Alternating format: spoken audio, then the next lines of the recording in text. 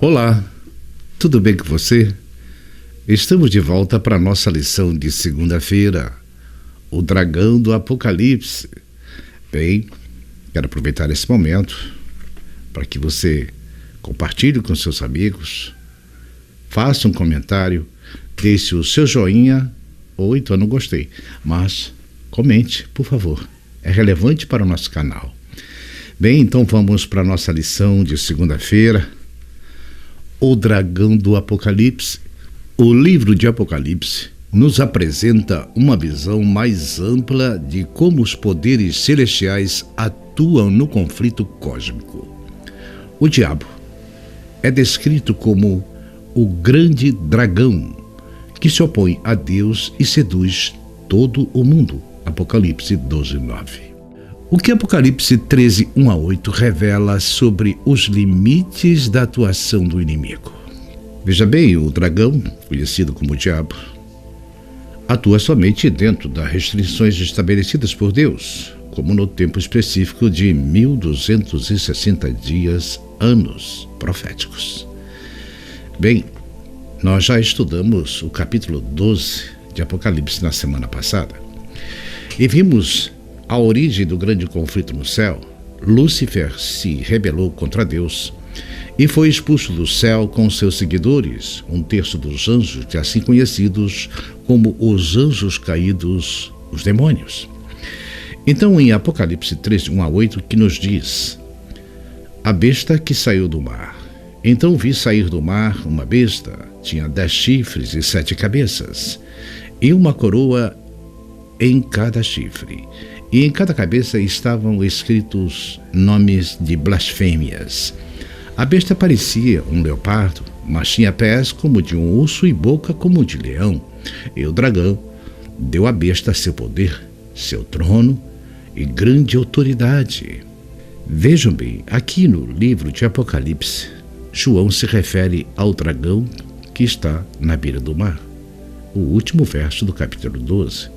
Esperando o surgimento da besta, para revesti-la de poder e grande autoridade sobre todos os povos.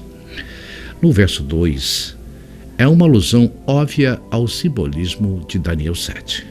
Daniel viu 3 animais. O primeiro era semelhante a um leão, e o segundo a um urso, e o terceiro a um leopardo.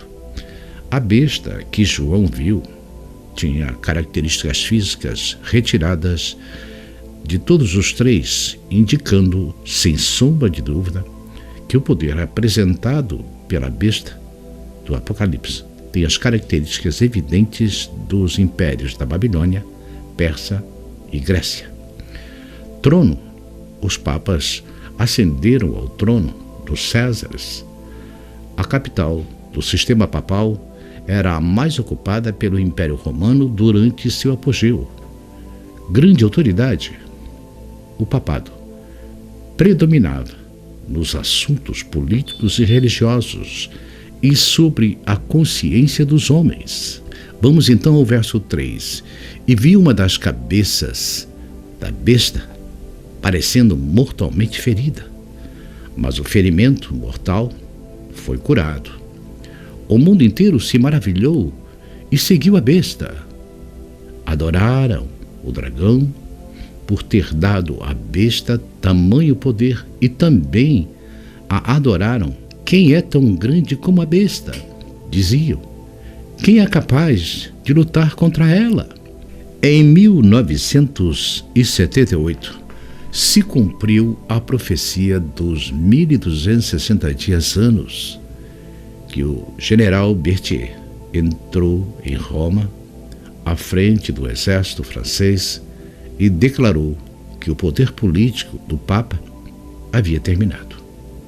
Ele tomou o Papa prisioneiro e o levou para a França, onde morreu um tempo depois. O evento importante ocorreu em 1929. Foi quando o Tratado de Latrão, o poder temporal, foi restaurado ao Papa. Ele então recebeu o governo da cidade do Vaticano como a seção da cidade de Roma, em que ocupa uma área com cerca de 44 hectares. Contudo, O profeta prevê uma restauração muito maior. João vê a ferida totalmente curada. E isso vai acontecer quando a besta da terra, que é os Estados Unidos, der à besta do mar, o papado, o poder civil e político, a partir do verso 11. Vamos ao verso 5. Então foi permitido à besta falar grandes blasfêmias, e lhe foi dado autoridade para fazer o que quisesse durante 42 meses. Ela blasfemou terrivelmente contra Deus, difamando seu nome, seu tabernáculo e os que habitavam no céu.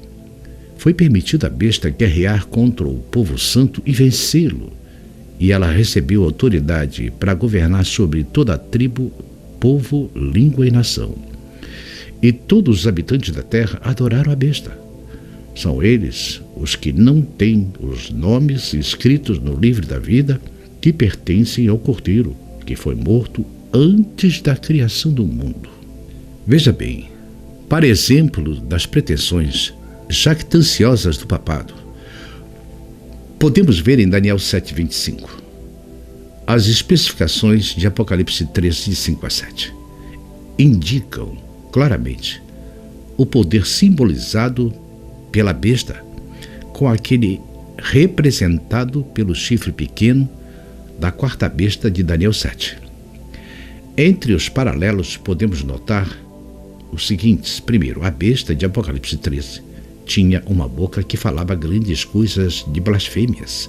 Verso 5. O chifre pequeno de Daniel 7, ele também tinha uma boca que falava grandes coisas. 2. A besta agiria por 42 meses, Apocalipse 13:5 e Apocalipse 12:6. O chifre continuaria por um tempo, e tempos, e metade de um tempo. Podemos ver em Daniel 7:25. 3. A besta faria guerra contra os santos e os venceria, Apocalipse 13:7.